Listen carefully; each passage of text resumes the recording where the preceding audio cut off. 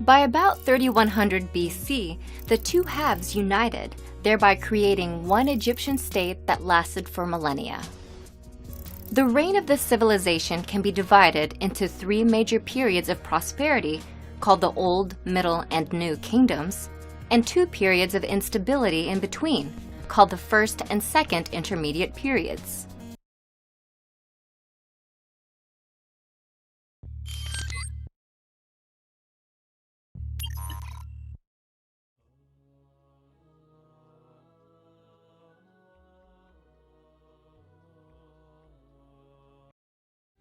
Guiding the Egyptian people was a succession of about 300 rulers, often referred to as pharaohs. Pharaoh, which means great house in Egyptian, was never the ruler's formal title. It only became synonymous with the ruling individual in modern times.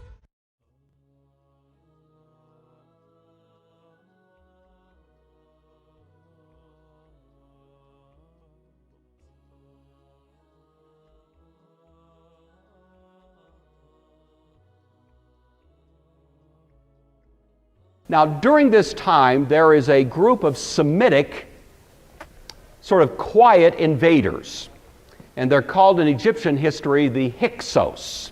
And there's quite a bit of points where these people were quite different from the native Egyptians, but very similar to the Semites. And what's interesting to us, of course, is that Joseph is a Semite, you see.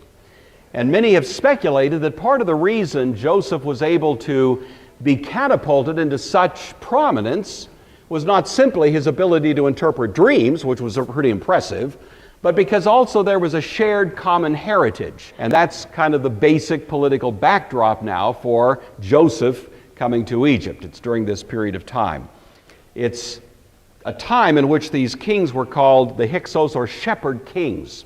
That itself would be unusual. Hyksos, those foreign rulers who invaded us and we cursed them. So, stop for a minute.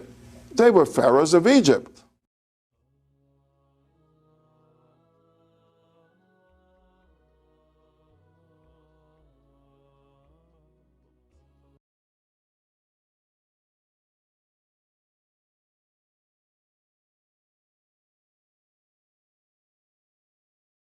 So it's clear that many things in the Quran were not known to the Arabs, which makes me move on to my second point, that the sources of the Quran could not be Jewish and Christian material.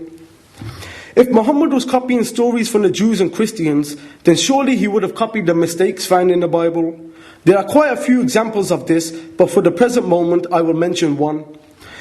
In the story of Joseph mentioned in the Bible, the leader of Egypt is referred to as Pharaoh no less than 99 times, as Genesis chapter 41, verse number 14 confirms. So Pharaoh sent for Joseph, and he was quickly brought from the dungeon. When he had shaved and changed his clothes, he came before Pharaoh.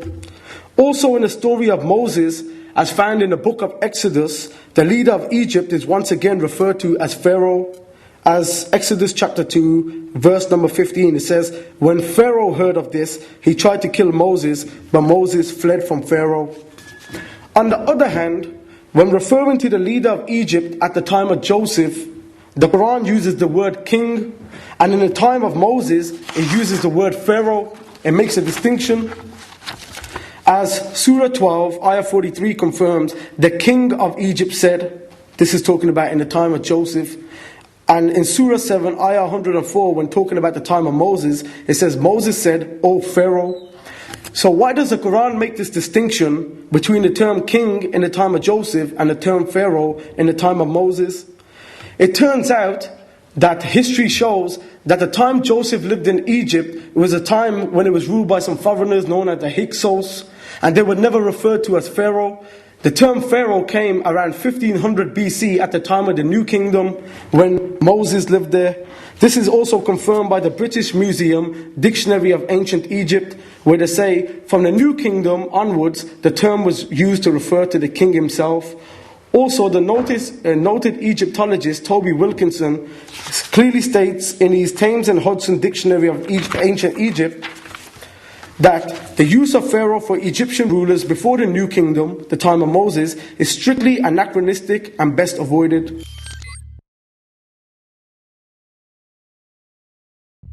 This example alone is enough to silence anybody who claims that Muhammad got his info from Jews and Christians, as we can clearly see that the Quran corrected the unhistorical information found in the Bible.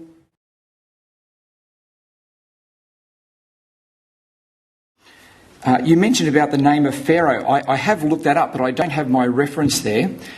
But when I looked it up, what it said was that the word Pharaoh was indeed used before the time of Moses, but it was used for the whole house. So talking about the dynasty in the house, not of the king in particular. We do need to realise, though, that we don't have huge amounts of information from this time. And so, from my research, the word was certainly used in Egypt, but it was targeted more at just the house of Pharaoh rather than the individual. And I would agree with Zakir that by the time of Moses it's referring to the individual, but from the research I have done, and I couldn't find my reference just quickly then, the word was from that time just referring to the house, and so it's not completely anachronistic. Basically, he admitted that the historical error is there in the Bible. So what if the house, the king was of the king was called Pharaoh? Fact is, the Quran got it right and the Bible got it wrong. So if the Quran came from Satan, that means Satan knows history better than Yahweh. So thank you for affirming that point. He says that Prophet Muhammad, on whom be peace, he followed some of the customs of the Jews. Yes, when he never got a commandment from Allah, he would follow some of the customs of the Jews because they were people who had the scripture before. That doesn't mean that the Quran copied from the Bible, because my one example, the Quran corrected the Bible. I can give more examples, but I don't need to. Samuel actually affirmed what I said. Just with that thing on Pharaoh's name, what I showed was that the name of Pharaoh was known at the time of Joseph. And so it's not that the name is unknown, I'm saying, but it was applied to the whole house. And so it's quite valid, the point I've raised.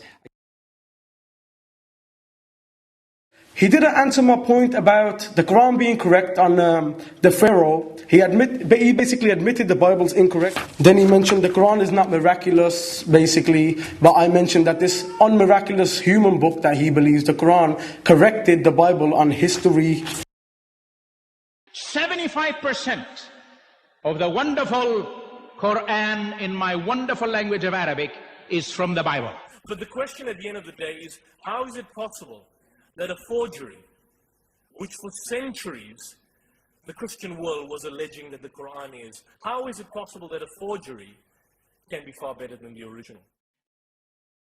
لقد كان في قصصهم عبرة لأولي الألباب ما كان حديثا يفترى ولكن تصديق الذي بين يديه وتفصيل كل شيء وهدى ورحمة لقوم يؤمنون.